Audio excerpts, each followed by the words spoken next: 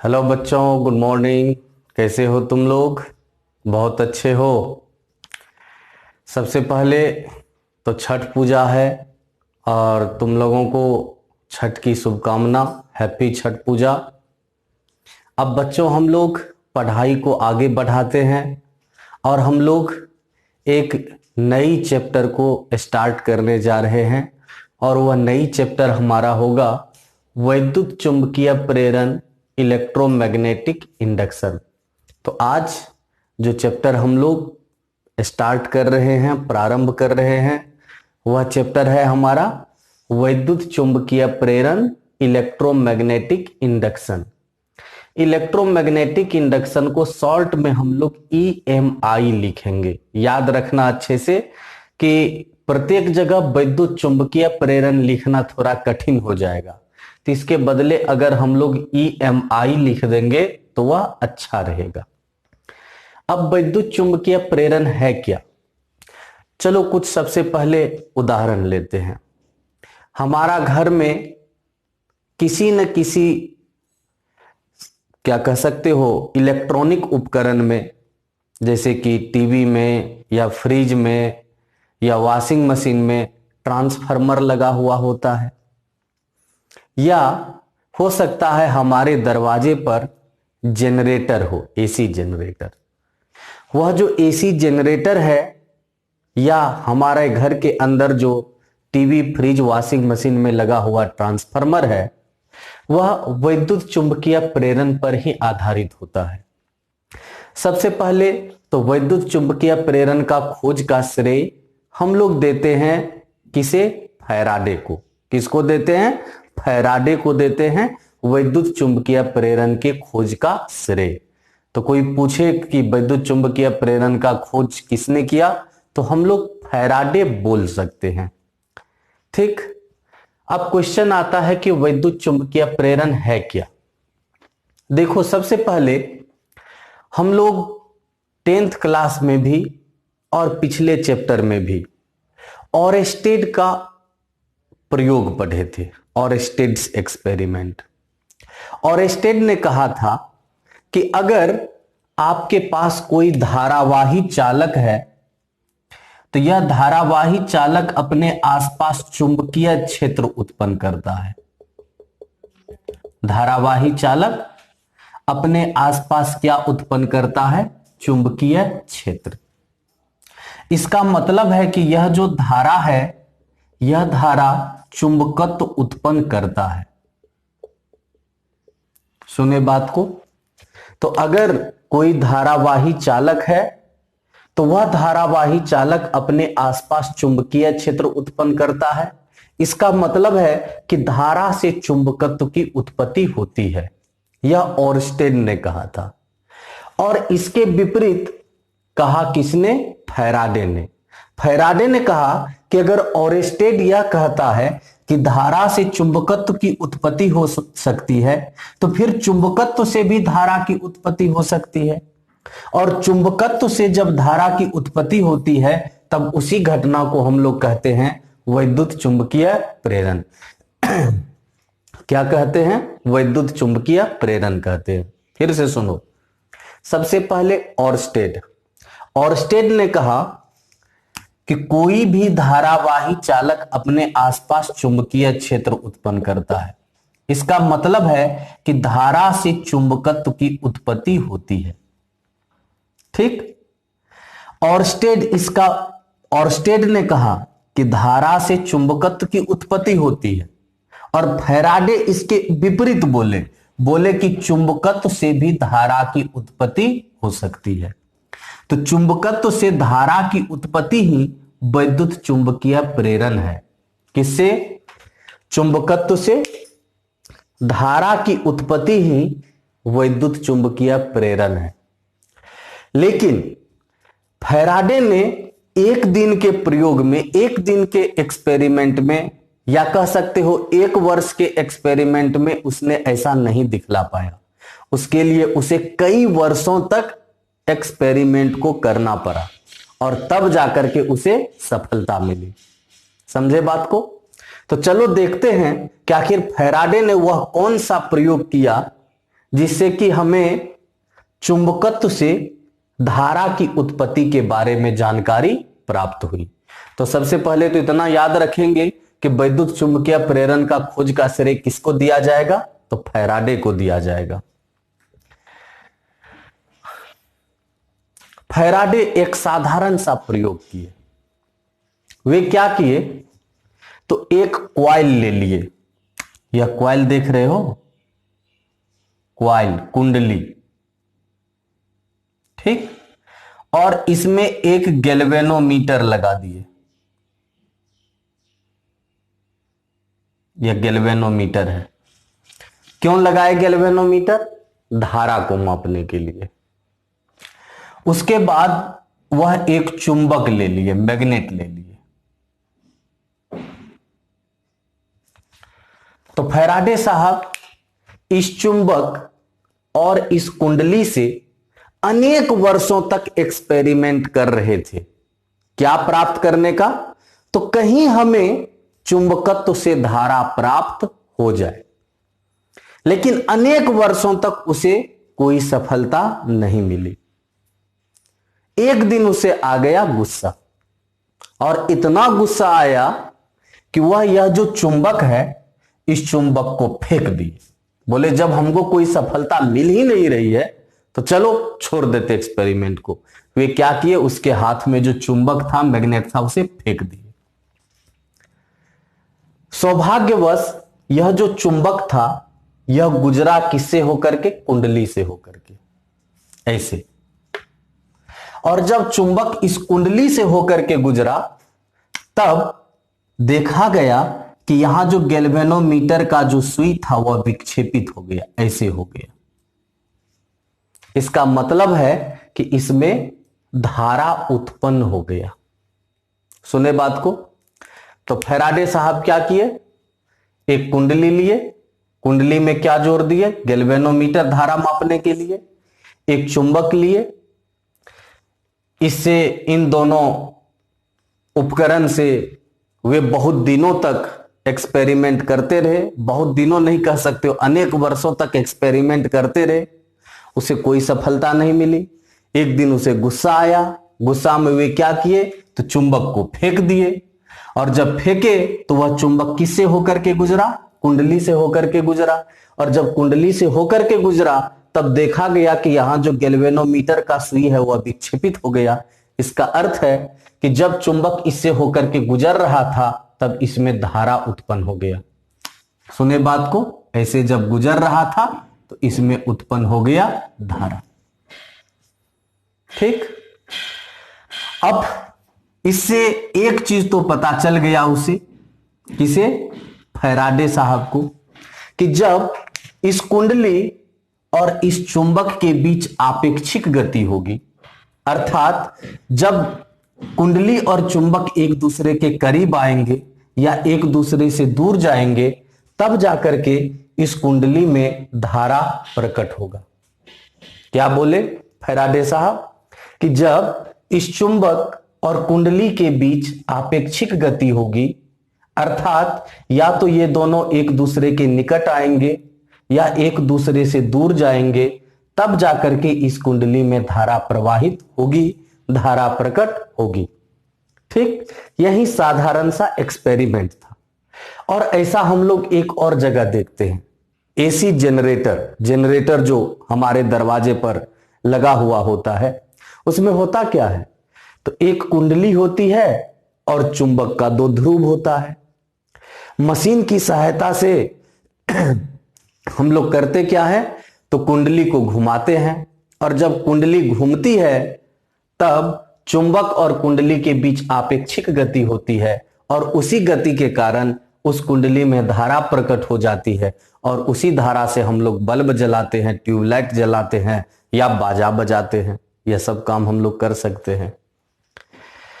तो फैराडे ने इस प्रयोग में यह तो दिखला दिया कि जब कुंडली और चुंबक के बीच आपेक्षिक गति होगी, तब जाकर के इस कुंडली में धारा प्रेरित होगा। ठीक। तो अब हम लोग यह देख चुके हैं कि चुंबकत्व से धारा की उत्पत्ति हो सकती है, और चुंबकत्व से धारा की उत्पत्ति ही कहलाता है विद्युत चुंबकीय प्रेरण। किससे किसकी उत्पत्ति? चुंबकत्व से धारा की उत्पत्ति ही कहलाता है विद्युत चुंबकीय प्रेरण। सुने बात को, तो एक बार और हम रिपीट कर रहे हैं। विद्युत चुंबकीय प्रेरण अर्थात इलेक्ट्रोमैग्नेटिक इंडक्शन ईएमआई के खोज का श्रेय किसे दिया जाएगा? फैराडे को।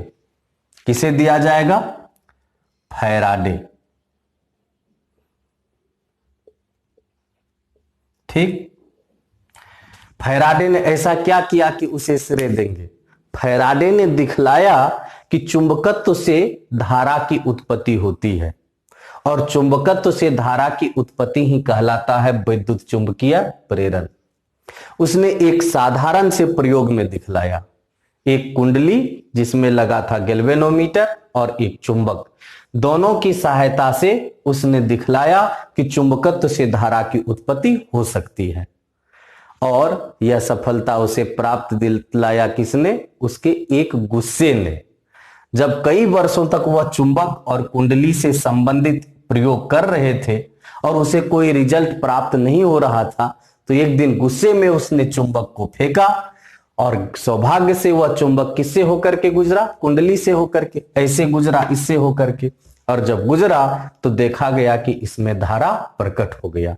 मतलब कि चुंबक से भी धारा की उत्पत्ति हो सकती है, चुंबकत्व से भी धारा की उत्पत्ति हो सकती है।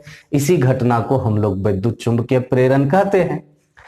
तो अब देख लेते हैं कि विद्युत चुंबकीय प्रेरण अर्थात इलेक्ट्रोमैग्नेटिक इंडक्शन को कैसे परिभाषित किया जाए। तो जब किसी कुंडली से संबद्ध चुंबकीय फ्लक्स में परिवर्तन होता है, तब उसमें एक ईएमएफ एवं धारा प्रेरित हो जाता है। इसी घटना को विद्युत चुंबकीय प्रेरण कहते हैं। तो अगर कोई पूछता है, ईएमएफ याद है ना? इलेक्ट्रोमोटिव फोर्स, विद्युत वाहक बल, विद्युत वाहक बल। तो विद्युत चुंबकीय प्रेरण क्या है?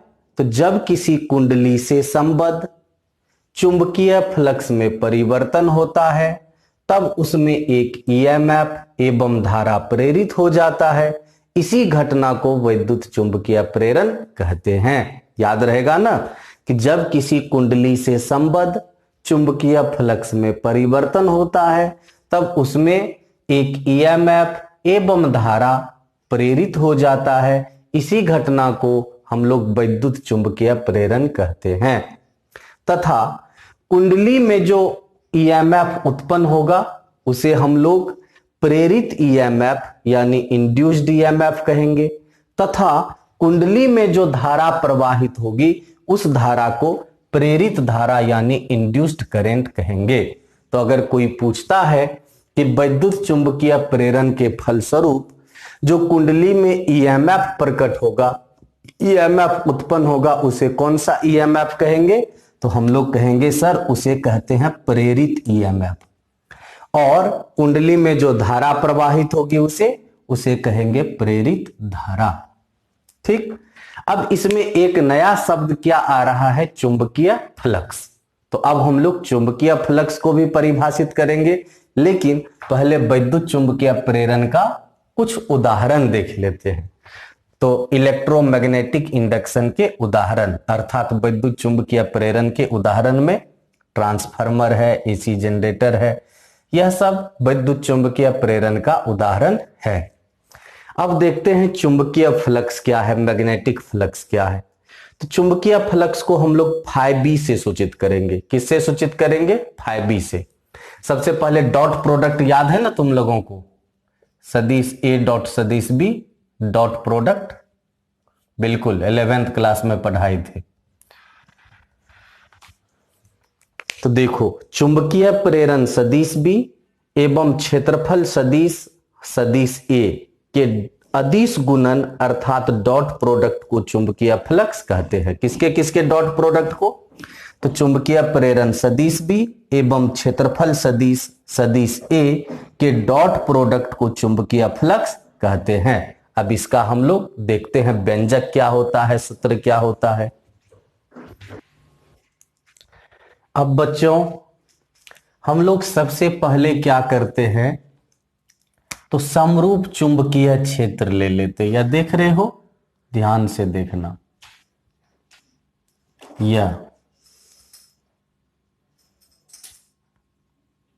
यह समरूप चुंबकीय क्षेत्र है और मान लेते हैं कि चुंबकीय प्रेरण का मान कितना है, सदिश B है।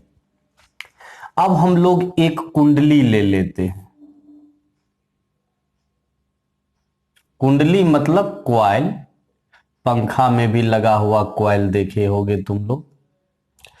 तो यह एक कुंडली है अर्थात एक कॉइल है,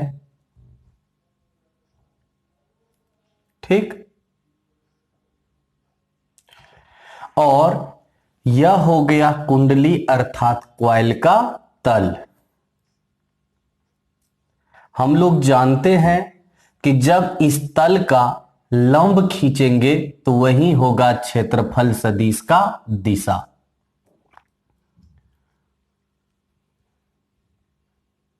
तो यह हो गया क्षेत्रफल सदिश A।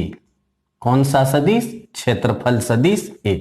फिर से देख लो, यह है समरूप चुंबकीय क्षेत्र, ठीक, जिसका मान कितना है, सदिश B। यह एक कुंडली है, कॉइल है, और यह है कुंडली का तल। जब इस तल का हम लोग लंब खींचेंगे तो वही होगा क्षेत्रफल सदिश A का दिशा। तो यह हो गया चुंबकीय प्रेरण, यह हो गया क्षेत्रफल सदिश। मान लो कि क्षेत्रफल सदिश इस चुंबकीय प्रेरण के साथ कितना कोण बनाता है, थीटा कोण बनाता है। कितना कोण बनाता है, थीटा, ठीक। तो कुंडली से संबद्ध कुल चुंबकीय फ्लक्स φB बराबर हो जाएगा सदिश B डॉट सदिश A, क्योंकि परिभाषा में ही पढ़े हैं कि चुंबकीय प्रेरण सदिश B और क्षेत्रफल सदिश A दोनों के डॉट प्रोडक्ट को हम लोग कहते हैं चुंबकीय फ्लक्स अर्थात φB। तो φB बराबर सदिश B डॉट सदिश A, और सदिश B डॉट सदिश A को क्या लिख सकते हैं, BA cos थीटा भी लिख सकते हैं हम लोग। अब देखो, यहां जो हमारे पास कुंडली है उसमें तो एक ही फेरे हैं, मतलब तार के एक ही लपेटे हैं। लेकिन तुम्हारा घर में जो पंखा लगा हुआ है उस पंखा में देखो तो क्या तार के एक ही फेरे हैं, एक ही लपेटे हैं, नहीं, उसमें बहुत सारे लपेटे हैं, मतलब n लपेटे हैं। तो यदि कुंडली में तार के n फेरे, फेरे मतलब लपेटे, तार लपेटते हैं ना, तो यदि कुंडली में तार के n फेरे यानी लपेटे हो तब φB बराबर हो जाता है NBA cos थीटा। सीधा सा बात है, एक फेरा है तो BA cos थीटा, अगर ढेर सारे फेरे हैं, n फेरे हैं, तो NBA cos थीटा, यानी n से गुना कर देंगे BA cos थीटा में, तो NBA cos थीटा हो जाएगा। अब नोट नंबर 1, यह जो चुंबकीय फ्लक्स है φB, यह एक वास्तविक अदिश राशि है।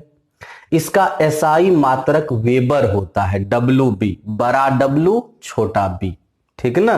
तो SI मात्रक क्या होता है, वेबर, और CGS मात्रक होता है मैक्सवेल। इसे अच्छे से याद रखना, यह VVI है।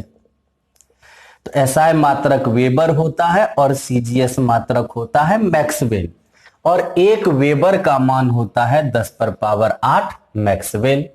चुंबकीय फ्लक्स का बीमीय सूत्र होता है ML2 T inverse 2 A inverse 1। अब नोट नंबर 4, अब क्वेश्चन आता है चुंबकीय फ्लक्स यानी φB शून्य कब होगा। तो यह शून्य तब होगा जब थीटा का मान कितना डिग्री हो, 90 डिग्री हो। तो φB बराबर NBA cos थीटा, थीटा का मान 90 डिग्री रखोगे, cos 90 जीरो होता है, तो NBA इंटू जीरो कितना हो गया, जीरो। तो कोई पूछेगा चुंबकीय फ्लक्स कितना होगा यदि थीटा 90 डिग्री हो, तो कहेंगे सर थीटा 90 डिग्री होने पर चुंबकीय फ्लक्स शून्य हो जाएगा। अब नेक्स्ट पॉइंट की तरफ बढ़ते हैं। अब बच्चों नोट नंबर 5, चुंबकीय फ्लक्स अर्थात φB अधिकतम होगा यदि थीटा का मान कितना डिग्री हो, 0 डिग्री। तब फाइबी मैक्स बराबर क्या, मैक्स मतलब समझा ना, मैक्सिमम यानी अधिकतम। तो चुंबकीय फ्लक्स फाइबी का मैक्सिमम मान हो जाएगा NBA कॉस थीटा, थीटा का मान कितना रख देंगे 0 डिग्री, और कॉस 0 डिग्री का वैल्यू 1 होता है। तो चुंबकीय फ्लक्स का अधिकतम मान हो गया कितना NBA। इसे याद रखेंगे, इसका बहुतों स्थान पर हमें जरूरत पड़ेगी। तो चुंबकीय फ्लक्स का अधिकतम मान NBA। अब फैराडे एवं हेनरी का प्रयोग। बच्चों हम लोग जानते हैं कि चुंबकीय प्रेरण, विद्युत चुंबकीय प्रेरण के खोज का श्रेय किसे दिया जाता है, फैराडे को। तो हम लोग इसमें अब फैराडे एवं हेनरी का प्रयोग पढ़ेंगे। विद्युत चुंबकीय प्रेरण के खोज का श्रेय किसे दोगे, फैराडे को। तो देखते हैं कि फैराडे और हेनरी ने मिलकर के क्या प्रयोग किया था। साधारण सा प्रयोग है, इसे हम लोग 4 पॉइंट में समझ लेंगे।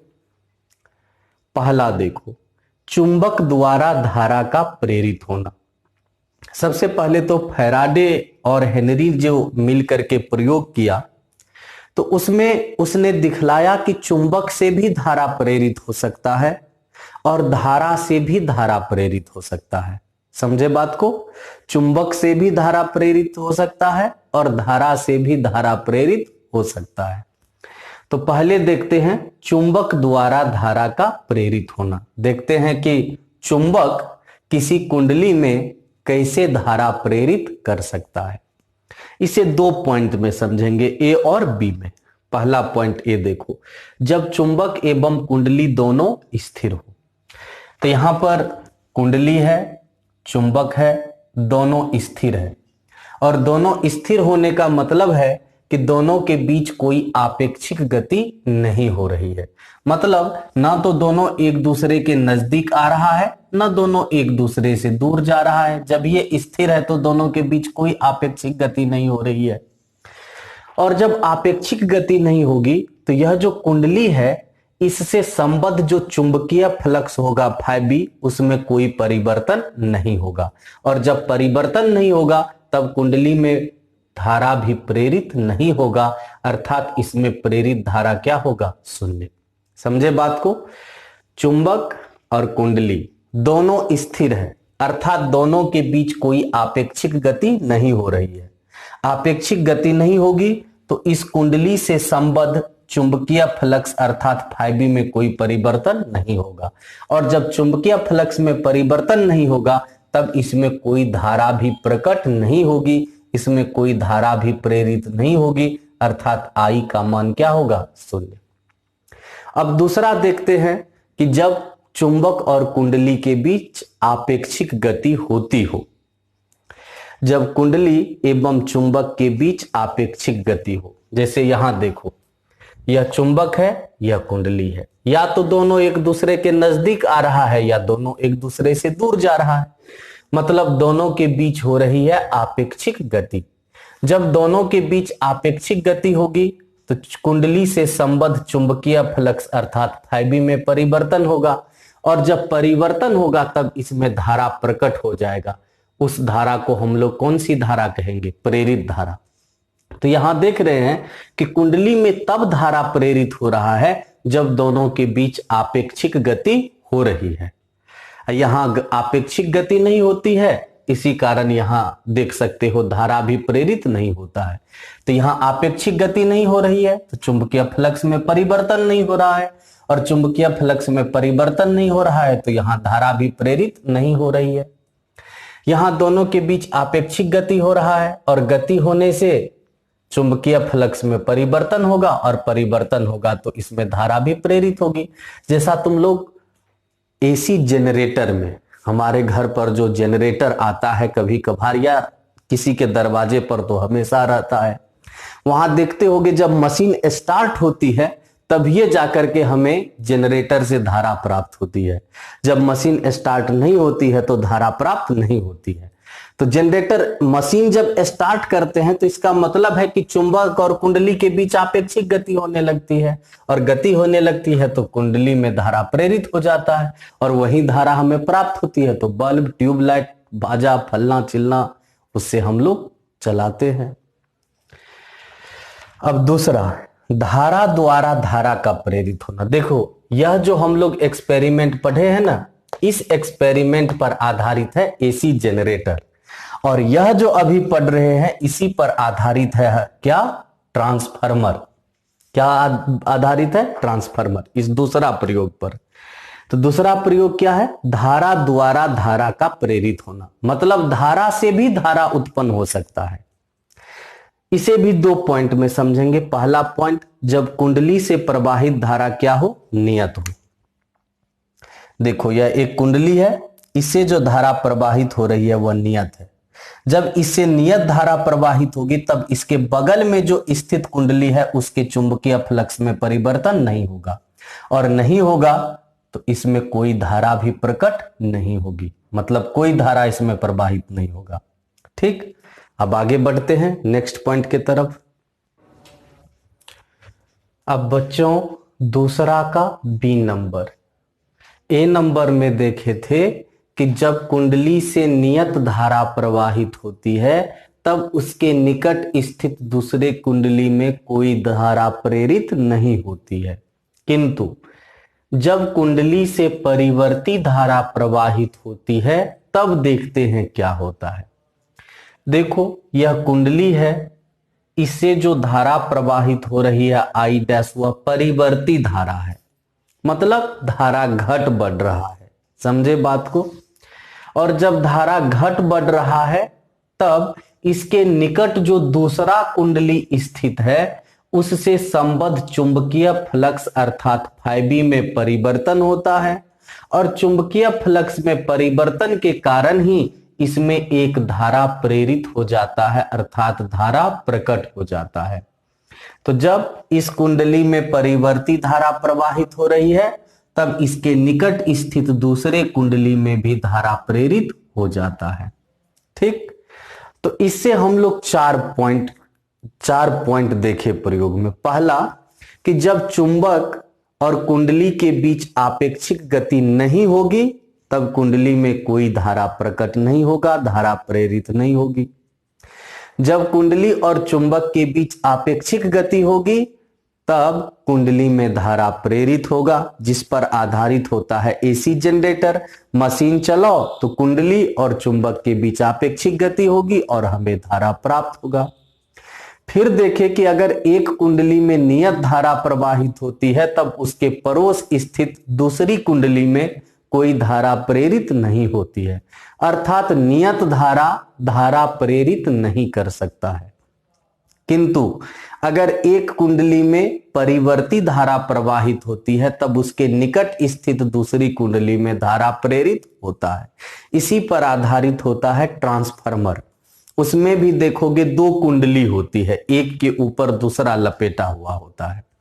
तो एक कुंडली से प्रत्यावर्ती यानी एसी प्रत्यावर्ती धारा अल्टरनेटिंग करंट प्रवाहित होती है, और प्रत्यावर्ती धारा तो एक परिवर्ती धारा है।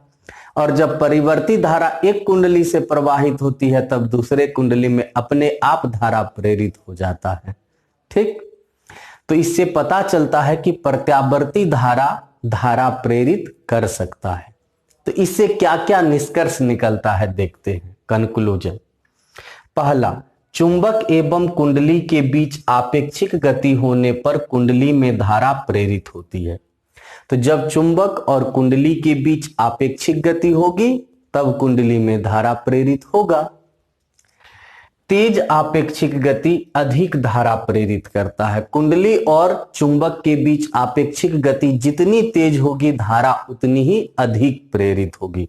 जैसा तुम लोग एसी जनरेटर में देखते हो, मशीन का स्पीड बढ़ा दो तो तुम्हें ज्यादा धारा प्राप्त होता है, और मशीन का स्पीड कम कर दो तो तुम्हें कम धारा प्राप्त होने लगती है।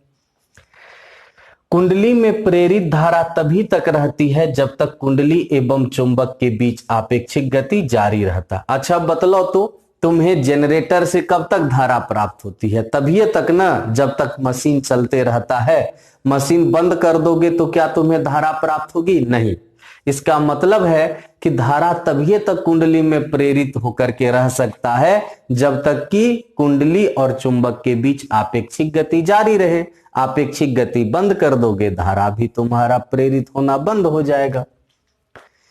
नियत धारा धारा प्रेरित नहीं कर सकता है, परिवर्ती धारा धारा प्रेरित करता है। नियत धारा तो किसी कुंडली में धारा प्रेरित करता नहीं है, लेकिन परिवर्ती धारा जरूर धारा प्रेरित करता है। तो इन पांचों पॉइंट्स को ध्यान में रखेंगे। अब चलते हैं वैद्युत चुंबकीय प्रेरण के लिए फैराडे का नियम, Faraday's laws of electromagnetic induction. इस चैप्टर का बच्चों सबसे महत्वपूर्ण और सबसे ज्यादा पूछा जाने वाला टॉपिक, इसलिए इसके दोनों नियम को याद रखेंगे। वैद्युत चुंबकीय प्रेरण के लिए फैराडे का नियम, Faraday's law of electromagnetic induction. Faraday का दो नियम है, ठीक। पहला नियम कहता है कि ईएमएफ प्रेरित क्यों होता है, और दूसरा नियम बतलाता है कि कितना ईएमएफ प्रेरित होता है। मतलब प्रथम नियम ईएमएफ प्रेरित होने का कारण बतलाएगा और दूसरा नियम उसी ईएमएफ का मापन बतलाएगा। तो पहला नियम ईएमएफ प्रेरित होने का कारण बतलाता है, फैराडे का दूसरा नियम ईएमएफ जो प्रेरित होगा उसको मापेगा। तो दूसरा नियम प्रेरित ईएमएफ को मापने के लिए है और प्रथम नियम ईएमएफ की उत्पत्ति का कारण बतलाएगा, ठीक। तो चलो प्रथम नियम को देखते हैं, फर्स्ट लॉ को देख। जब किसी कुंडली से संबद्ध चुंबकीय फ्लक्स में परिवर्तन होता है तब उस कुंडली में एक ईएमएफ प्रेरित हो जाता है, जो कुंडली में तब तक रहता है जब तक कि फ्लक्स में परिवर्तन जारी रहता है। तो प्रथम नियम में फैराडे साहब बोल रहे हैं कि जब किसी कुंडली से संबद्ध चुंबकीय फ्लक्स में परिवर्तन होता है तब उस कुंडली में एक ईएमएफ प्रेरित होता है और वह ईएमएफ तब तक कुंडली में रहता है जब तक उस कुंडली का फ्लक्स में परिवर्तन जारी रहता है। मतलब फ्लक्स में परिवर्तन होना बंद जो हो जाएगा तो ईएमएफ भी गायब हो जाएगा। समझे बात को? प्रथम नियम को क्या समझे कि जब किसी कुंडली से संबद्ध चुंबकीय फ्लक्स में परिवर्तन होगा तो उसमें एक ईएमएफ प्रेरित होगा और वह ईएमएफ तभी तक रहेगा जब तक कि कुंडली से संबद्ध चुंबकीय फ्लक्स में परिवर्तन होता रहेगा। तो चलो अब दूसरा नियम को भी देखें। अब बच्चों इसका सेकेंड लॉ, द्वितीय नियम देखते हैं। तो प्रथम नियम जो है फैराडे का वह क्या बतलाता है कि ईएमएफ प्रेरित क्यों होता है, और दूसरा नियम उसी ईएमएफ को मापता है। तो देख लेते हैं सेकेंड लॉ क्या कहता है। कहता है कि प्रेरित ईएमएफ का परिमाण चुंबकीय फ्लक्स में परिवर्तन की समय दर का सीधा समानुपाती होता है। तो दूसरा नियम क्या कहता है कि प्रेरित ईएमएफ का जो परिमाण होगा वह चुंबकीय फ्लक्स में परिवर्तन की समय दर का सीधा समानुपाती होगा। अर्थात मान लो कि प्रेरित ईएमएफ कितना है, E, तो इसका परिमाण क्या हो जाएगा, मॉडुलस E। सीधा समानुपाती होगा किसका, देखो तो चुंबकीय फ्लक्स में परिवर्तन की समय दर का, अर्थात d∅b/dt का। तो सेकेंड लॉ है फैराडे का कि मॉडुलस ऑफ E अर्थात प्रेरित ईएमएफ का परिमाण सीधा समानुपाती होगा d∅b/dt का, अर्थात चुंबकीय फ्लक्स में परिवर्तन की समय दर का, ठीक। अब यह d∅b क्या है, तो यह d∅b है dt समय में चुंबकीय फ्लक्स में परिवर्तन। d∅b क्या है, तो इस dt समय में चुंबकीय फ्लक्स में परिवर्तन है। तो जब चुंबकीय फ्लक्स में परिवर्तन को इस समय से भाग देंगे तब यह हो गया चुंबकीय फ्लक्स में परिवर्तन की समय दर, जिसका सीधा समानुपाती होता है प्रेरित ईएमएफ का परिमाण। तो याद रखेंगे मॉडुलस ऑफ ई सीधा समानुपाती डी फाई बी बटे डी टी। समानुपाती को हटाने के लिए एक कांस्टेंट लेंगे के, और एसआई मात्रक में इस कांस्टेंट का मान 1 होता है। तो इस प्रकार मॉडुलस ऑफ ई बराबर हो गया डी फाई बी बटे डी टी। याद रखेंगे इसे अच्छे से, यही है फैराडे का सेकेंड लॉ। अब एक और बहुत ही इंपॉर्टेंट टॉपिक की तरफ, जो है लेंज का नियम, लेंज लॉ। देखो, फैराडे का प्रथम नियम में ईएमएफ उत्पन्न होने का कारण बतलाया गया। द्वितीय नियम में ईएमएफ को मापा गया, लेकिन लेंज साहब उसी ईएमएफ का दिशा को बतलाएंगे। किसको बतलाएंगे? तो प्रेरित ईएमएफ का दिशा को बतलाएंगे। तो फैराडे का पहला नियम तो बतला दिया कि ईएमएफ क्यों प्रेरित होगा। दूसरा नियम प्रेरित ईएमएफ को माप भी दिया, और दिशा बतलाने के लिए नियम दिया किसने? लेंज ने। लेंज ने कहा कि फैराडे साहब तो प्रेरित ईएमएफ का दिशा नहीं बतलाए ना, चलिए हम ही बतला देते हैं। सबसे पहले यह बतलाओ कि ईएमएफ प्रेरित किस कारण से होता है। तो फैराडे के प्रथम नियम में ही स्पष्ट कर दिया गया है कि ईएमएफ प्रेरित होता है चुंबकीय फ्लक्स में परिवर्तन के कारण। ईएमएफ प्रेरित होता है चुंबकीय फ्लक्स में परिवर्तन के कारण। ठीक, तो लेंज साहब बोले कि प्रेरित ईएमएफ एवं धारा की दिशा इस प्रकार होती है कि वह उसी कारण का विरोध करता है जिससे उसकी उत्पत्ति होती है। सुना बात को? लेंज साहब बोले देखिए, प्रेरित ईएमएफ बहुत ही स्वार्थी है। प्रेरित ईएमएफ बहुत ही स्वार्थी है, इतना स्वार्थी है कि जिससे उसकी उत्पत्ति होती है उसी का वह विरोध करता है। जिस कारण से वह जन्म लेता है उसी कारण का वह क्या करता है? विरोध करता है। इतना स्वार्थी होता है प्रेरित ईएमएफ और धारा। तो लेंज साहब क्या बोले कि प्रेरित ईएमएफ और धारा क्या होता है? बहुत ज्यादा स्वार्थी। इतना स्वार्थी कि जिस कारण से उसकी उत्पत्ति होती है उसी कारण का वह विरोध शुरू कर देता है। तो प्रेरित ईएमएफ की दिशा इस प्रकार होती है कि वह उसी कारण का विरोध करता है जिससे उसकी उत्पत्ति होती है। यह नियम प्रेरित ईएमएफ एवं धारा की ध्रुवता अर्थात दिशा को दर्शाता है। पहले ही बोल दिए थे कि लेंज का जो नियम है वह प्रेरित ईएमएफ और धारा की दिशा को दर्शाता है। यह नियम ऊर्जा संरक्षण के नियम के अनुरूप है। मतलब यह जो नियम है लेंज का, यह ऊर्जा संरक्षण के नियम का पालन करता है। अब बतलाओ यह कौन सा नियम है? यह फैराडे का नियम है ना।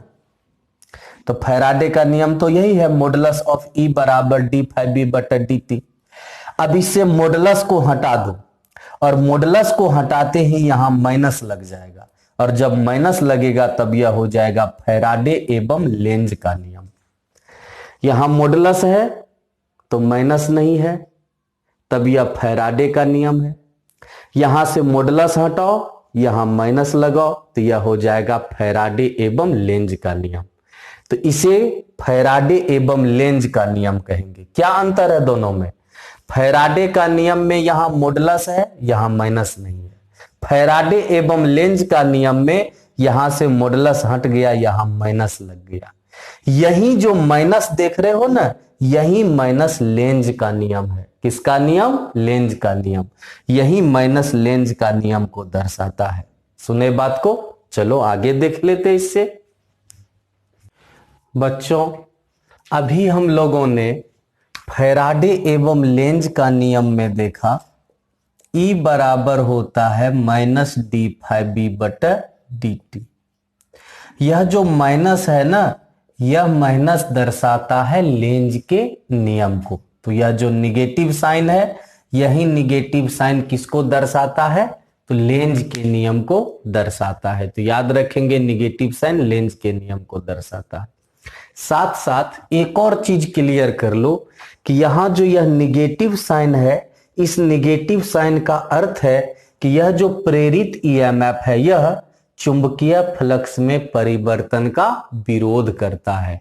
तो याद रखेंगे कि यह जो निगेटिव साइन है यह हमें स्पष्ट कर देता है कि यह प्रेरित ईएमएफ चुंबकीय फ्लक्स में परिवर्तन का विरोध करता है। अब बच्चों एक और वीवीआई टॉपिक, और यह है स्वप्रेरण अर्थात सेल्फ इंडक्शन। आसानी से समझ सकते हो इसे, क्योंकि परिभाषा इतने सरल रूप से तुम लोगों को लिखाते हैं कि एक बार अगर पढ़ लोगे तो अच्छे से याद रह जाएगा। ठीक, जब किसी कुंडली या बंद परिपथ, कुंडली स्वतः एक बंद परिपथ है, ठीक, अब उसके बदले दूसरा भी बंद परिपथ हो सकता है ना। तो जब किसी कुंडली से परिवर्ती धारा प्रवाहित होती है तब उस कुंडली से संबद्ध चुंबकीय फ्लक्स में परिवर्तन होता है। इस परिवर्तन का विरोध के लिए कुंडली में एक ईएमएफ तथा धारा, जब ये ईएमएफ होगा तो धारा होगा ही होगा, प्रेरित हो जाता है। इसी घटना को स्वप्रेरण कहते हैं तथा प्रेरित ईएमएफ को स्वप्रेरित ईएमएफ, सेल्फ इंड्यूस्ड ईएमएफ और बैक ईएमएफ एवं प्रेरित धारा को स्वप्रेरित धारा, सेल्फ इंड्यूस्ड करंट कहते हैं। स्वप्रेरण क्या है, सेल्फ इंडक्शन क्या है? तुम्हारे पास एक कुंडली है, उससे परिवर्ती धारा प्रवाहित हो रही है। परिवर्ती धारा के प्रवाहित होने से उस कुंडली से संबद्ध चुंबकीय फ्लक्स में परिवर्तन होगा। उस परिवर्तन का विरोध के लिए उसमें एक ईएमएफ प्रेरित हो जाएगा। इसी घटना को हम लोग स्वप्रेरण कहेंगे तथा कुंडली में जो ईएमएफ प्रेरित होगा उसे स्वप्रेरित ईएमएफ अर्थात बैक ईएमएफ या सेल्फ इंड्यूस्ड ईएमएफ कहेंगे तथा उस ईएमएफ के कारण जो धारा प्रेरित होगा उसे स्वप्रेरित धारा अर्थात सेल्फ इंड्यूस्ड करंट कहेंगे। समझे बात को? फिर से पढ़ दे। तो जब किसी कुंडली से परिवर्ती धारा प्रवाहित होगी तब उस कुंडली से संबद्ध चुंबकीय फ्लक्स में परिवर्तन होगा। इस परिवर्तन का विरोध के लिए उसमें एक ईएमएफ प्रेरित होगा। इसी घटना को स्वप्रेरण कहेंगे तथा जो ईएमएफ प्रेरित होगा उसे स्वप्रेरित ईएमएफ कहेंगे और स्वप्रेरित ईएमएफ के कारण जो धारा प्रेरित होगा उसे स्वप्रेरित धारा कहेंगे। समझ गए? अब चलो इसे चित्र में भी देखते हैं। बच्चों इस चित्र में एक कुंडली है, यह कुंडली है। समझ गए बात को? कुंडली जिसे क्वाइल कहते हो, ठीक। तो यह एक कुंडली है। अब हम लोग क्या करते हैं, एक चीज रुको, यह जो प्रेरित धारा है ना इसे यहां लिख देते हैं जिससे तुम लोगों को थोड़ा अच्छा लगेगा। ठीक, अब देखो यह एक कुंडली है। इस कुंडली के एक सिरे को एक बैटरी के धन टर्मिनल से जोड़ दिए हैं, जबकि दूसरा सिरा एक रियोस्टेट से जुड़ा हुआ है। रियोस्टेट एक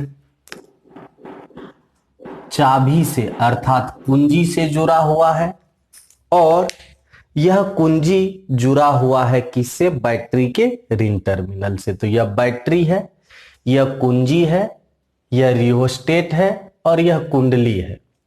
इस रियोस्टेट के मदद से हम लोग धारा को परिपथ में घटा बढ़ा सकते हैं, मतलब धारा में परिवर्तन ला सकते हैं। तो मान लो कि इस कुंडली से कितनी धारा प्रवाहित हो रही है? I, लेकिन यह नियत धारा नहीं है, परिवर्ती धारा है। मतलब कभी इसका मान 1 एम्पियर होता है, कभी 0.5 एम्पियर होता है, कभी फिर 1 होता है, कभी 0.5 होता है, मतलब घट बढ़ रहा है। तो जब कुंडली से परिवर्ती धारा प्रवाहित होगी तो इससे संबद्ध चुंबकीय फ्लक्स में परिवर्तन होगा, और चुंबकीय फ्लक्स में जब परिवर्तन होगा तो उस परिवर्तन का विरोध के लिए इसमें ईएमएफ और एक धारा प्रेरित हो जाएगा। इसी को हम लोग प्रेरित धारा कहेंगे। ठीक, तो देखो कुंडली से परिवर्ती धारा प्रवाहित हो रही है, उसके कारण इसका चुंबकीय फ्लक्स में परिवर्तन होगा, जिसका विरोध के लिए इसमें एक ईएमएफ और एक धारा प्रेरित हो जाएगा। इसी घटना को स्वप्रेरण कहेंगे। क्या कहेंगे? स्वप्रेरण। ठीक, अब हम लोग इसी में एक और टर्म का अध्ययन करेंगे जिसका नाम है स्वप्रेरकत्व या स्वप्रेरण गुणांक। इंग्लिश में सेल्फ इंडक्टेंस कहते हैं और उसे बड़ी एल से सूचित करते हैं। अब देखते हैं कि यह स्वप्रेरकत्व या स्वप्रेरण गुणांक होता क्या है। अच्छा बतलाओ, इससे परिवर्ती धारा प्रवाहित होती है तब इसका चुंबकीय फ्लक्स में परिवर्तन होता है। इसका मतलब है कि चुंबकीय फ्लक्स निर्भर करता है इस धारा पर, अर्थात परिवर्ती धारा पर। तो किसी भी क्षण कुंडली से संबद्ध चुंबकीय फ्लक्स सीधा समानुपाती होगा कुंडली से प्रवाहित धारा का। कौन सा धारा? प्रेरित धारा का? नहीं, प्रेरित धारा के कारण थोड़े इसका चुंबकीय फ्लक्स में परिवर्तन होता है। इस धारा के कारण न चुंबकीय फ्लक्स में परिवर्तन होता है। परिभाषा में क्या पढ़े? जब परिवर्ती धारा प्रवाहित होती है तब चुंबकीय फ्लक्स में परिवर्तन होता है। तो परिवर्ती धारा का सीधा समानुपाती होगा कौन? कुंडली से संबद्ध चुंबकीय फ्लक्स, अर्थात फाइबी सीधा समानुपाती होगा किसका? आई का। अब समानुपाती को हटाने के लिए एक कांस्टेंट लेंगे, वह कांस्टेंट क्या ले लिए? एल। यह जो एल है, जो एक कांस्टेंट है, इसे ही कुंडली का स्वप्रेरकत्व कहा जाता है। तो यह जो कांस्टेंट एल है, इसे ही कुंडली का क्या कहेंगे? स्वप्रेरकत्व। तो याद रहेगा, किसी भी क्षण कुंडली से संबद्ध चुंबकीय फ्लक्स किसका सीधा समानुपाती? कुंडली से प्रवाहित धारा का। तो फाइबी सीधा समानुपाती आई का। समानुपाती को हटाने के लिए कांस्टेंट लेंगे एल, इसी एल को हम लोग कुंडली का स्वप्रेरकत्व कहते हैं। तो एल बराबर हो जाएगा फाइबी बटा आई। अच्छे से याद रखेंगे, जरूरत पड़ेगा इसे भी और इसे भी। एल एक अदिश राशि है, स्वप्रेरकत्व एक अदिश राशि है और इसका एसआई मात्रक होता है वेबर प्रति एम्पियर। वेबर प्रति एम्पियर, वेबर प्रति एम्पियर, जिसे हेनरी यानी एच कहा जाता है। तो कोई पूछे कि स्वप्रेरकत्व का एसआई मात्रक बोलिए, तो कहेंगे सर स्वप्रेरकत्व का एसआई मात्रक हेनरी होता है। स्वप्रेरकत्व का एसआई मात्रक हेनरी। इसे अच्छे से याद रखेंगे, पूछता है एग्जाम में। अब स्वप्रेरित ईएमएफ क्या हो जाएगा? तो फैराडे एवं लेंज का नियम में पढ़े हुए हैं कि E बराबर होता है माइनस डी फाइव बटा डी टी। अब बतलो, यह जो फाइव है, इस फाइव का मान कितना रख देंगे? Li। तो फाइव का मान Li रख दिए। चूंकि L तो कांस्टेंट है तो उसे बाहर कर लेंगे डिफरेंशियल से। तो E बराबर हो गया माइनस एल डी आई बटा डी टी। यह हो गया स्वप्रेरित ईएमएफ। जबकि स्वप्रेरित धारा अर्थात स्मॉल आई का मान क्या होगा? तो आई बराबर ईएमएफ बटा प्रतिरोध। ईएमएफ कितना है? ई है और प्रतिरोध मान लो आर है। तो ईएमएफ अर्थात ई का मान कितना रख देंगे? माइनस एल डी आई बटा डी टी। अब बटा आर, तो आई बराबर हो गया माइनस एल बटा आर डी आई बटा डी टी। यह हो गया स्वप्रेरित धारा। अब आगे बढ़ेंगे हम लोग। अब बच्चों हम लोग नेक्स्ट टॉपिक जो पढ़ेंगे वह है किसी लंबे सीधे धारावाही परिनालिका, परिनालिका अर्थात सोलेनाइड का स्वप्रेरकत्व। किसी लंबे सीधे धारावाही परिनालिका अर्थात सोलेनाइड का स्वप्रेरकत्व।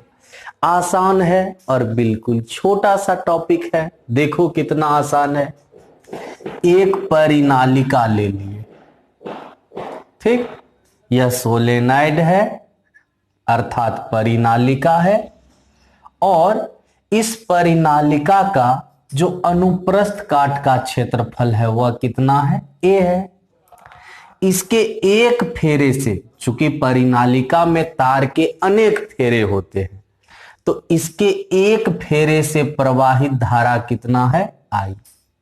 और यह जो लंबा सीधा परिनालिका है इसकी कुल लंबाई कितनी है, L। तो यह क्या है बच्चों, यह है एक लंबा सीधा धारावाही परिनालिका। इसमें तार के अनेक लपेटे होते हैं, अनेक फेरे होते हैं, ठीक। उसके एक फेरे से प्रवाहित धारा कितनी है, I। परिनालिका का कुल लंबाई कितना है, L। अनुप्रस्थ काट का क्षेत्रफल क्या है, A। हम लोग जानते हैं कि इस सोलेनाइड के, इस परिनालिका के कारण जो चुंबकीय प्रेरण होता है B होता है, उसका मान होता है mu naught NI, mu naught NI, ठीक। तो L हो गया परिनालिका का लंबाई। यह जो स्मॉल n है यह है इस परिनालिका के प्रति एकांक लंबाई में फेरे की संख्या। कितनी लंबाई में, तो यह n हो गया प्रति एकांक लंबाई में फेरे की संख्या। यह जो n है यह हो गया कुल फेरे की संख्या, ठीक। और I है एक फेरे से प्रवाहित धारा, A हो गया अनुप्रस्थ काट का क्षेत्रफल और B बराबर म्यू नोट NI, यह हो गया सोलेनाइड के कारण चुंबकीय प्रेरण। अब बच्चों एक बात बतलो, प्रति एकांक लंबाई में कुल कितने फेरे हैं, N। तो बतलो L लंबाई में कितना होगा। अगर एकांक लंबाई में N फेरे हैं तो L लंबाई में कितना होगा, N इंटू L। तो N इंटू L और N इंटू L क्या हो गया, कुल फेरे की संख्या। और कुल फेरे की संख्या को क्या लिखे हो, N लिखे हो। फिर से सुनो, प्रति एकांक लंबाई में कितने फेरे, N। तो बतलो L लंबाई में कितना, N इंटू L। और N इंटू L क्या हो गया, कुल फेरे की संख्या। और कुल फेरे की संख्या को तुम लोग क्या लिखते हो, बड़ी N। तो बड़ी N बराबर स्मॉल n इंटू L। तो स्मॉल n बराबर बड़ी N बटा L। फिर से सुन लो, L क्या है, परिनालिका का लंबाई, N क्या है, प्रति एकांक लंबाई में फेरे की संख्या, बड़ी N क्या है, कुल फेरे की संख्या। इसका मतलब है N को L से गुना करेंगे तो बड़ी N प्राप्त होगा। तो N गुनी L बराबर बड़ी N, तो छोटी n बराबर बड़ी N बटे L। I एक फेरे से प्रवाहित धारा है क्योंकि परिनालिका में तार के अनेक फेरे होते हैं, ऐसे। अब परिनालिका अर्थात सोलेनाइड के कारण जो चुंबकीय प्रेरण होता है B बराबर म्यू नोट NI, पढ़ चुके हैं, पिछला चैप्टर में भी इसका चर्चा किए थे हम लोग। अब परिनालिका का स्वप्रेरकत्व, अभी तुरंत ही जस्ट ही तुम लोगों को पढ़ाए हैं कि स्वप्रेरकत्व L बराबर होता है φB बटा I, अर्थात कुल चुंबकीय फ्लक्स बटा धारा। अभी जस्ट पढ़ाए हैं, ठीक। थोड़ा सा कॉपी को पीछे उल्टाना तो पता चलेगा परिनालिका का स्वप्रेरकत्व L बराबर होगा φB बटा I। परिप्रेरकत्व का यही फॉर्मूले अभी तक पढ़ाए हैं तुम लोगों को। तो यह जो स्वप्रेरकत्व है, इस स्वप्रेरकत्व का सूत्र ही अभी तक एक ही ठो तुम लोगों को पढ़ाए हैं, और वह पढ़ाए हैं L बराबर φB बटा I। जस्ट 2 मिनट पहले परिनालिका का स्वप्रेरकत्व L बराबर φB बटा I। तो φB क्या है, कुल चुंबकीय फ्लक्स है, I तो धारा है। अब क्वेश्चन आता है φB का मान क्या रखेंगे। अब बतलाओ, अगर परिनालिका में एक फेरा होता तो चुंबकीय फ्लक्स क्या लेते, BA लेते। लेकिन यहां पर तो परिनालिका में N फेरे होते हैं न तार के, तो इसलिए चुंबकीय फ्लक्स क्या लेंगे, N इंटू BA। अगर इस परिनालिका में एक ही फेरे होते तार के, केवल एक, तब तो चुंबकीय फ्लक्स का मान कितना लेते, BA। लेकिन यहां पर देखो तो कुल फेरे की संख्या कितनी है, N। तो चुंबकीय फ्लक्स हो गया N इंटू BA, अब बट्टा धारा I। अब यह जो N है, इस N का मान देखो तो कितना रख देंगे, N इंटू L। अब B का मान क्या रख देंगे, तो म्यू नोट NI इंटू ए बटा आई, आई आई क्या हो गया कैंसिल, तो एल बराबर हो गया mu naught N square L into A, या भी आई है, इसे अच्छे से याद रखेंगे, हमें तुरंत जरूरत पड़ेगी इसकी। तो एल बराबर mu naught N square L into A.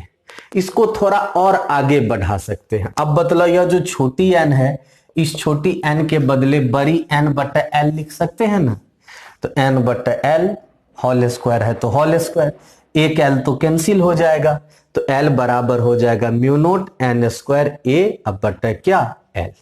या तो यह याद रखना या यह याद रखना, एक ही बात है, यहां याद रहेगा तो यह अपने आप याद रहेगा, या यह याद रहेगा तो यह याद रहेगा। अब बच्चों आगे की पढ़ाई देखते हैं। बच्चों अब हम लोग अन्योन्य प्रेरण अर्थात म्यूचुअल इंडक्शन पढ़ेंगे। अन्योन्य प्रेरण क्या है? एक बात तुम लोगों से पूछते हैं, तुम्हारा घर में टीवी फ्रिज में लगा हुआ ट्रांसफार्मर तो होगा, उस ट्रांसफार्मर में कितने कॉइल्स होते हैं? दो कुंडली होते हैं। एक कुंडली में प्रत्यावर्ती धारा प्रवाहित कराते हैं हम लोग, और दूसरी कुंडली जो उसके बगल में स्थित होती है उसमें अपने आप धारा प्रेरित हो जाता है कि नहीं। तो ट्रांसफार्मर में जो दो कुंडली होती है उसमें हम लोग एक ही को धारा देते हैं, और कौन सी धारा? प्रत्यावर्ती धारा, जो एक परिवर्ती धारा है। उसके बगल में जो दूसरा कुंडली होता है ट्रांसफार्मर का, उसमें स्वतः धारा प्रेरित हो जाता है। इसका मतलब है कि अगर दो कुंडली अगल बगल स्थित हो और एक में प्रवाहित धारा को घटाए बढ़ाए तो दूसरे में अपने आप धारा प्रवाहित होने लगेगा। इसी को हम लोग कहते हैं अन्योन्य प्रेरण। आसान सा परिभाषा है। किसी कुंडली से प्रवाहित धारा में परिवर्तन के कारण उसके पड़ोसी कुंडली में ईएमएफ एवं धारा प्रेरित होने की घटना को अन्योन्य प्रेरण कहते हैं। याद रहेगा, किसी कुंडली से प्रवाहित धारा में परिवर्तन के कारण उसके पड़ोसी मतलब निकट स्थित कुंडली में ईएमएफ एवं धारा प्रेरित होने की घटना को अन्योन्य प्रेरण कहते हैं। वह कुंडली जिसमें परिवर्ती धारा प्रवाहित होती है उसे प्राथमिक कुंडली अर्थात पीसी मतलब प्राइमरी कॉइल। तो वह कुंडली जिसमें परिवर्ती धारा प्रवाहित होती है उसे प्राथमिक कॉइल कुंडली अर्थात प्राइमरी कॉइल कहते हैं, और वह कुंडली जिसमें ईएमएफ प्रेरित होता है उसे द्वितीयक कुंडली अर्थात सेकेंडरी कॉइल कहते हैं। अब चित्र में देखो, एक कुंडली यहां है, इस कुंडली को हम लोग एक बैटरी, एक कुंजी तथा रियोस्टेट से जोड़ दिए हैं, और इसमें धारा प्रवाहित हो रही है कितनी? आई। यह परिवर्ती धारा है। तो जिसमें परिवर्ती धारा प्रवाहित हो रही है उसे पीसी कहेंगे, प्राइमरी कॉइल कहेंगे, प्राथमिक कुंडली कहेंगे। अब इसके निकट जो दूसरा कुंडली है उसमें अपने आप एक धारा प्रेरित हो जाएगा, और धारा क्यों प्रेरित होगा? क्योंकि इसमें एक ईएमएफ प्रेरित होगा। तो जब इस कुंडली में प्रत्यावर्ती धारा प्रवाहित होगी अर्थात इस कुंडली से प्रवाहित धारा में परिवर्तन होगा, तब इस कुंडली में स्वतः यानी इसके पड़ोसी कुंडली में स्वतः एक धारा प्रेरित हो जाएगा। इसी घटना को अन्योन्य प्रेरण कहेंगे। इसी पर आधारित होता है ट्रांसफार्मर। उसमें एक कुंडली में प्रत्यावर्ती धारा प्रवाहित कराते हैं, दूसरे में धारा और ईएमएफ प्रेरित हो जाता है। ठीक, तो जिसमें प्रत्यावर्ती धारा अर्थात बच्चों प्रत्यावर्ती बोल दिए, परिवर्ती बोलना था। तो जिस कुंडली में परिवर्ती धारा प्रवाहित होगी उसे प्राथमिक कुंडली कहेंगे, और जिसमें ईएमएफ प्रेरित होगा उसे सेकेंडरी कॉइल अर्थात द्वितीयक कुंडली कहेंगे। प्राथमिक कुंडली से कितनी धारा प्रवाहित हो रही है? आई। और मान लो द्वितीयक कुंडली में जो चुंबकीय फ्लक्स है वह कितना है? 5B। इससे प्रवाहित धारा कितनी है? आई। और इसका चुंबकीय फ्लक्स कितना है, φb। हमें इन दोनों की जरूरत है, इसीलिए इस पर खास ध्यान दे रहे हैं। देख रहे हो, इसमें परिवर्ती धारा प्रवाहित हो रही है, इसमें अपने आप धारा प्रेरित हो जा रहा है। कैसे पता चला धारा प्रेरित हो रहा है, तो गैल्वेनोमीटर का स्वीप विक्षेपित हो गया है, ऐसे देख रहे हो ना, तो इससे पता चल रहा है कि इसमें धारा प्रेरित हो गया है। इसी घटना को अन्योन्य प्रेरण कहते हैं। अब अन्योन्य प्रेरकत्व या अन्योन्य प्रेरण गुणांक, म्यूचुअल इंडक्टेंस, इसे बड़ी एम से सूचित करेंगे। अब यह अन्योन्य प्रेरकत्व या अन्योन्य प्रेरण गुणांक है क्या, इसे समझने के लिए बतलाओ तो इसका चुंबकीय फ्लक्स किस पर निर्भर करेगा, तो प्राथमिक कुंडली से प्रवाहित धारा पर। द्वितीयक कुंडली का चुंबकीय फ्लक्स किस पर निर्भर करेगा, तो प्राथमिक कुंडली से प्रवाहित धारा पर, अर्थात φb सीधा समानुपाती किसका, I का। तो किसी भी क्षण द्वितीयक कुंडली से संबद्ध कुल चुंबकीय फ्लक्स सीधा समानुपाती होता है प्राथमिक कुंडली से प्रवाहित धारा का, अर्थात φb सीधा समानुपाती होता है I का। समानुपाती को हटाने के लिए एक कांस्टेंट लेंगे m, इसी m को हम लोग कहते हैं अन्योन्य प्रेरकत्व। क्या कहते हैं, इसी m को कहते हैं अन्योन्य प्रेरकत्व। ठीक है बच्चों, आगे बढ़ो। अब बच्चों, अभी जस्ट हम लोग देखे कि φb बराबर होता है m इंटू आई, तो यह जो m है इसी को हम लोग अन्योन्य प्रेरकत्व कहेंगे। और बतलाओ तो m बराबर क्या हो जाएगा, φb बटा I हो जाएगा कि नहीं हो जाएगा, बिल्कुल हो जाएगा। तो अन्योन्य प्रेरकत्व या अन्योन्य प्रेरण गुणांक m बराबर φb बटा I। m एक अदिश राशि है और इसका मात्रक वेबर प्रति एम्पियर होता है, जिसे हेनरी बोलते हैं और H से सूचित करते हैं। तो हम लोग याद रखेंगे कि स्वप्रेरकत्व हो या अन्योन्य प्रेरकत्व हो, दोनों का मात्रक हेनरी ही होगा। अब द्वितीयक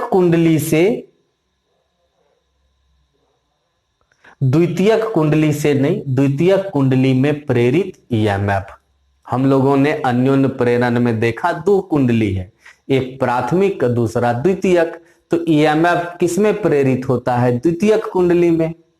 तो द्वितीयक कुंडली को इंग्लिश में क्या कहते हैं, सेकेंडरी कॉइल। और सेकेंडरी कॉइल के लिए ही यहां पर ई में क्या लगा देते हैं, एस लगा देते हैं।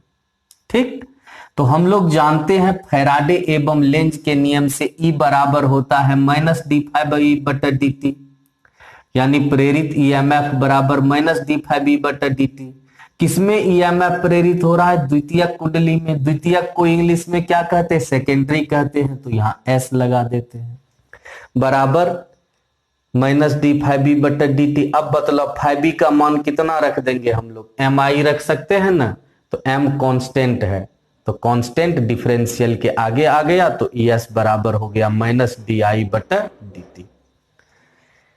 अब आगे बढ़ जाते हैं हम लोग, कुछ पॉइंट्स को नोट करते हैं। पहला कि अन्योन्य प्रेरकत्व m निर्भर करता है, किन किन बातों पर निर्भर करता है, तो हम लोग जानते हैं कि अन्योन्य प्रेरण में दो ठो कुंडली होता है, तो दोनों कुंडलियों के आकार, आकृति, उसमें तार के फेरे की संख्या इत्यादि पर। तो M अर्थात अन्योन्य प्रेरकत्व पहला बात किन किन बातों पर निर्भर करेगा, तो कुंडलियों के आकार पर, आकृति पर, तार के फेरे की संख्या पर।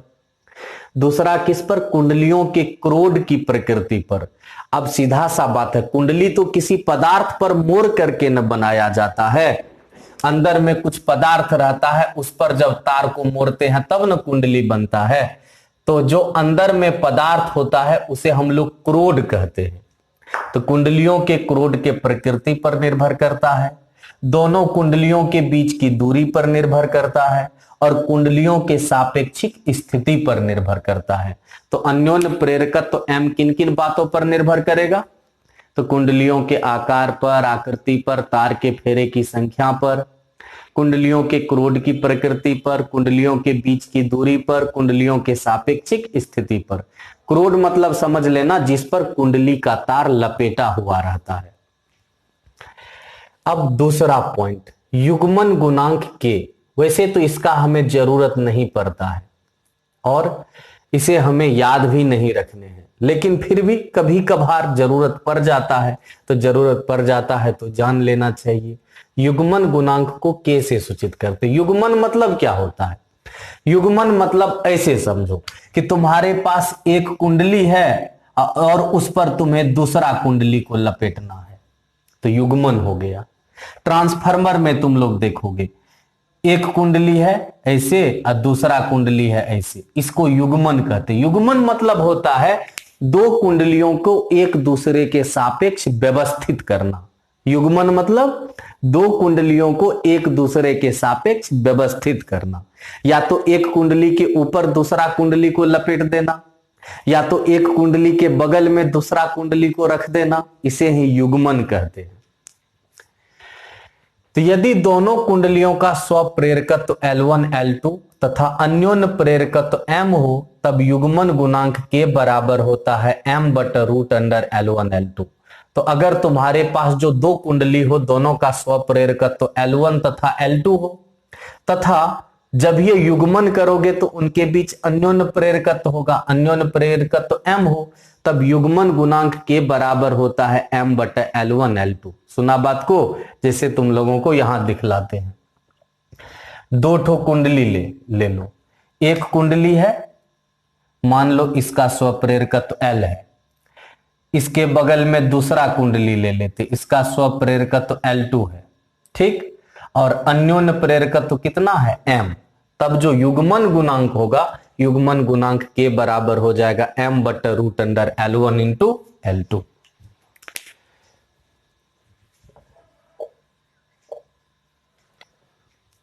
ठीक, के का मान 0 से 1 के बीच होता है। दृढ़ अर्थात टाइट युग्मन के लिए जब एक कुंडली के ऊपर दूसरा कुंडली को टाइट करके बांधा जाता है, तो दृढ़ अर्थात टाइट युग्मन के लिए के का मान 1 होता है। अब के का मान यहां 1 रखेंगे तो 1 बराबर M/√L1 L2, तो M बराबर हो जाएगा √L1 L2। याद रखना कि दृढ़ युग्मन अर्थात टाइट कपलिंग के लिए M बराबर √L1 L2 होता है। ठीक, आगे बढ़ो। अब बच्चों, हम लोगों ने देखा कि टाइट युग्मन के लिए के का मान 1 होता है, लेकिन वहीं पर ढीला युग्मन के लिए के का मान होता है 0। अब हम लोग फ्लेमिंग के दाहिने हाथ का नियम पढ़ेंगे, फ्लेमिंग्स राइट हैंड रूल। आसान है, दायां हाथ लो और 3 अंगुली ले लो, तर्जनी, मध्यमा और अंगूठा, तीनों को एक दूसरे के लंबवत फैला दो। ठीक, मध्यमा को, सॉरी बच्चों, तर्जनी को, मध्यमा को और अंगूठा को, अंगूठा, तर्जनी और मध्यमा, तीनों को एक दूसरे के लंबवत फैला दिए। तर्जनी को चुंबकीय क्षेत्र की दिशा में ले जाना है, मध्यमा को, सॉरी अंगूठा को, यह जो अंगूठा है इसे गति के दिशा में ले जाना है, चालक के गति के दिशा में। तब यह जो देख रहे हो मध्यमा, यह चालक में प्रेरित धारा की दिशा को दर्शाएगा। तर्जनी को किस दिशा में ले जाएंगे? चुंबकीय क्षेत्र की दिशा में। अंगूठा किस दिशा में जाएगा? तो चालक के गति के दिशा में। अब यह जो मध्यमा है, यह मध्यमा चालक में प्रेरित धारा की दिशा को दर्शाएगा। तो दाहिने हाथ की तर्जनी, मध्यमा तथा अंगूठा को एक दूसरे के लंबवत इस प्रकार फैलाएं कि तर्जनी चुंबकीय क्षेत्र B की दिशा में, अंगूठा चालक के गति V की दिशा में।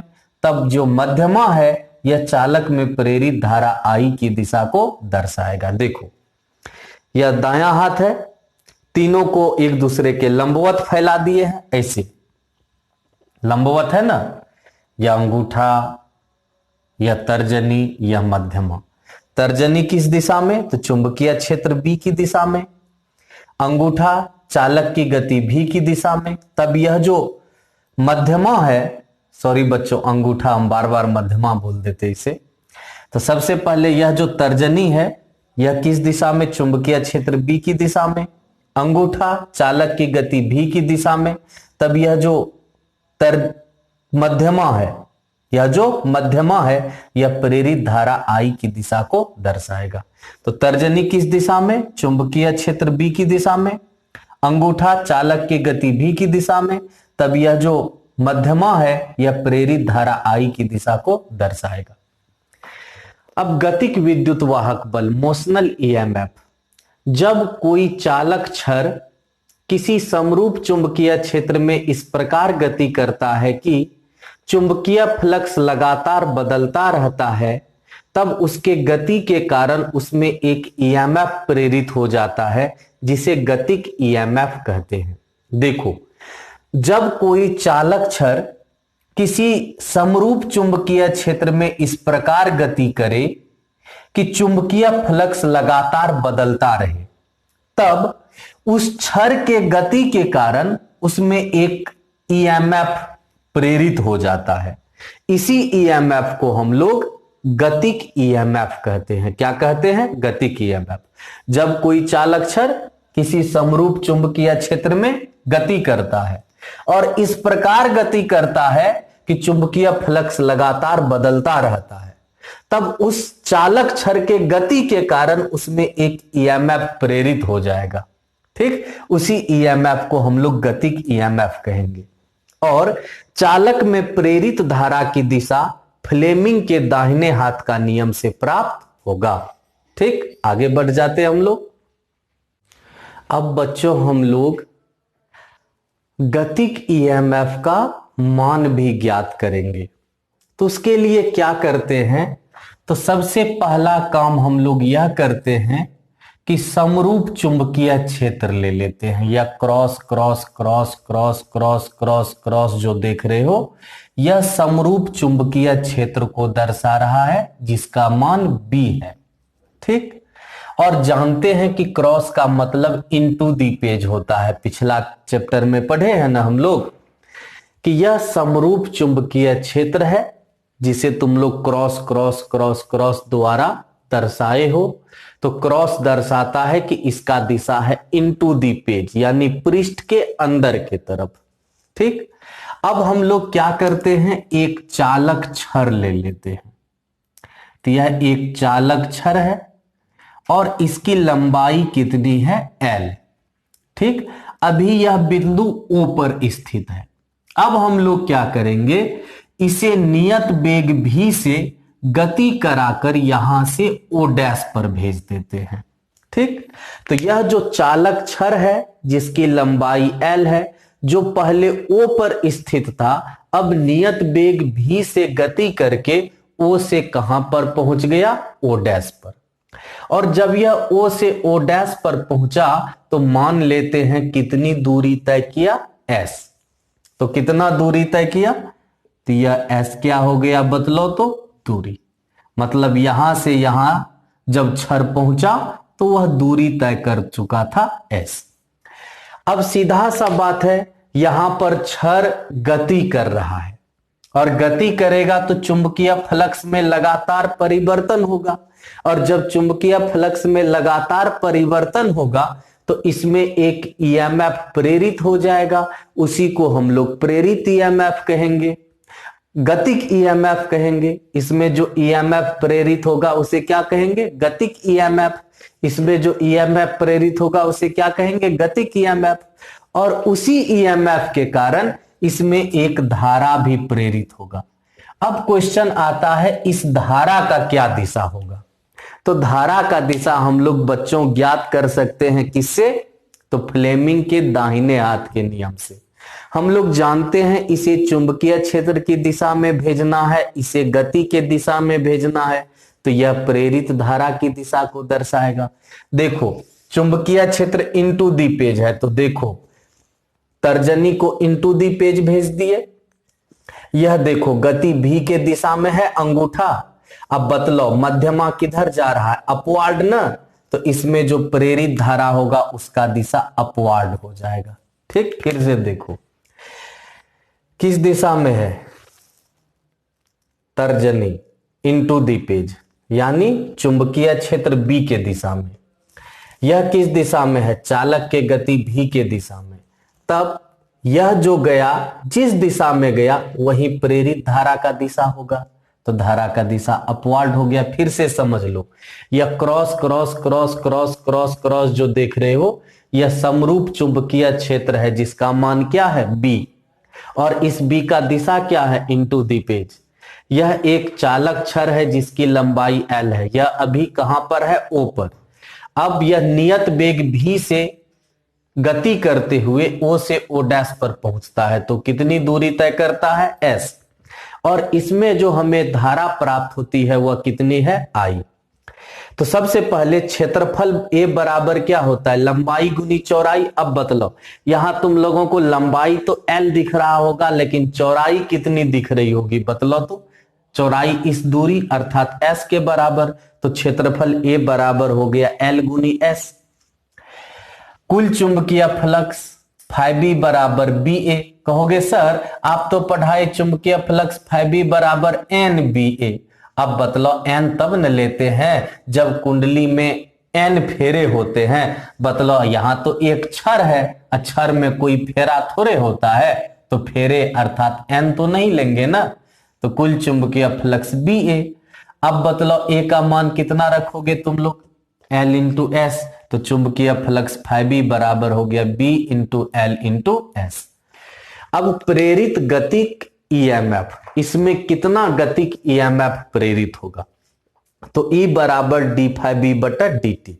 φB का मान क्या रखोगे, B into L into S, B into L into S। B पहले से समरूप है, समरूप अर्थात नियत है। L चालक की लंबाई है जो कि नियत है, बच गया केवल S, मतलब S का अवकलन होगा, तो B into L into ds बटा dt।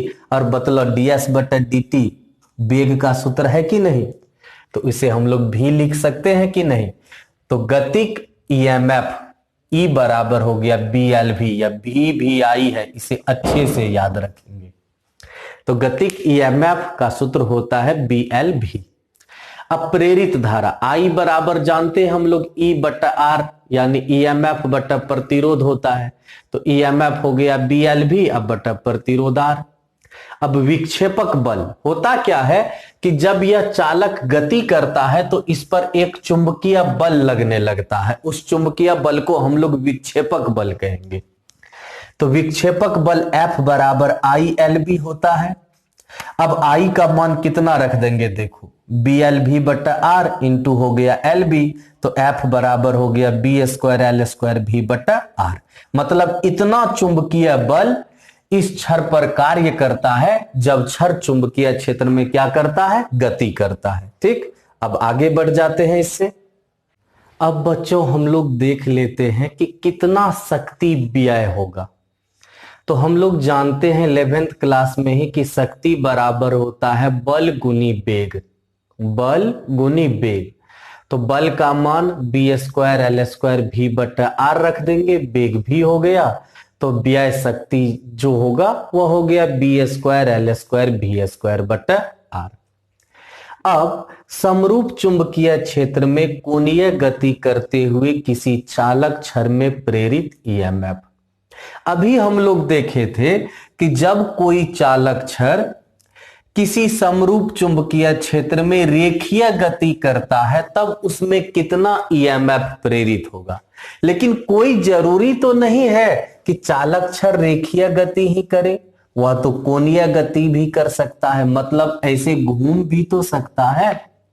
तो अब उसी को पढ़ रहे हैं, समरूप चुंबकीय क्षेत्र में कोणीय गति करते हुए किसी चालक छड़ में प्रेरित EMF, अर्थात जब कोई चालक छड़ किसी समरूप चुंबकीय क्षेत्र में इसे कोणीय गति करेगा तब उसमें कितना EMF प्रेरित होगा। इसके लिए सबसे पहले यह तो समरूप चुंबकीय क्षेत्र है जिसका मान कितना है, देखो तो B। यह इनटू दी पेज है क्योंकि जब ये क्रॉस क्रॉस क्रॉस से दर्शाए हो समरूप चुंबकीय क्षेत्र को, तो यह इनटू दी पेज हो गया। यह एक चालक छड़ है OA देख रहे हो ना, यह एक चालक छड़ है जिसकी लंबाई L है। अब यह कोणीय गति करते हुए A से कहां पर आ गया, B पर। जब A से B पर आया तो सीधा सा बात है कि यहां कुछ ना कुछ कोण बना होगा ना, इस कोण को हम लोग थीटा मान लेते हैं। ऐसे घूम गया, ऐसे ऐसे घूम के ऐसे हो गया, तो कोण कितना बना? थीटा। ए बी क्या हो गया? चाप। अगर यहां से यह एल है तो यह भी एल ही होगा। अब बतलाओ, जब घूम रहा है तो उसमें कोणीय वेग होगा, और यह कोणीय वेग कितना है? ओमेगा। ओमेगा, डब्लू नहीं है, यह ओमेगा है, ओमेगा। ठीक। हम लोग जानते हैं कोण बराबर होता है चाप की लंबाई बटा त्रिज्या। कोण कितना? थीटा। चाप की लंबाई कितनी? ए बी, और त्रिज्या कितना यहां? एल। तो थीटा बराबर हो गया ए बी बटा एल, तो ए बी बराबर हो गया एल इंटू थीटा। अब सीधा सा बात है, यहां से यहां का क्षेत्रफल कितना होगा? तो बच्चों, यहां से यहां का क्षेत्रफल ज्ञात करने के लिए हमें मान लेना पड़ेगा कि यह एक त्रिभुज है। यह क्या है? त्रिभुज है। तो क्षेत्रफल ए बराबर ओ ए बी का क्षेत्रफल, अगर इसे हम एक त्रिभुज मान ले तो त्रिभुज का क्षेत्रफल होता है 1/2, 1/2 आधार गुनी ऊंचाई। तो 1/2 आधार किसे लोगे? एल को ना, या आधार। ऊंचाई किसे लोगे? ए बी को। तो 1/2 एल गुनी ए बी। ए बी का मान कितना रख देंगे? L into theta. तो क्षेत्रफल हो गया ए बराबर 1/2 एल स्क्वायर थीटा। अब इससे थोड़ा आगे बढ़ जाते हैं हम लोग।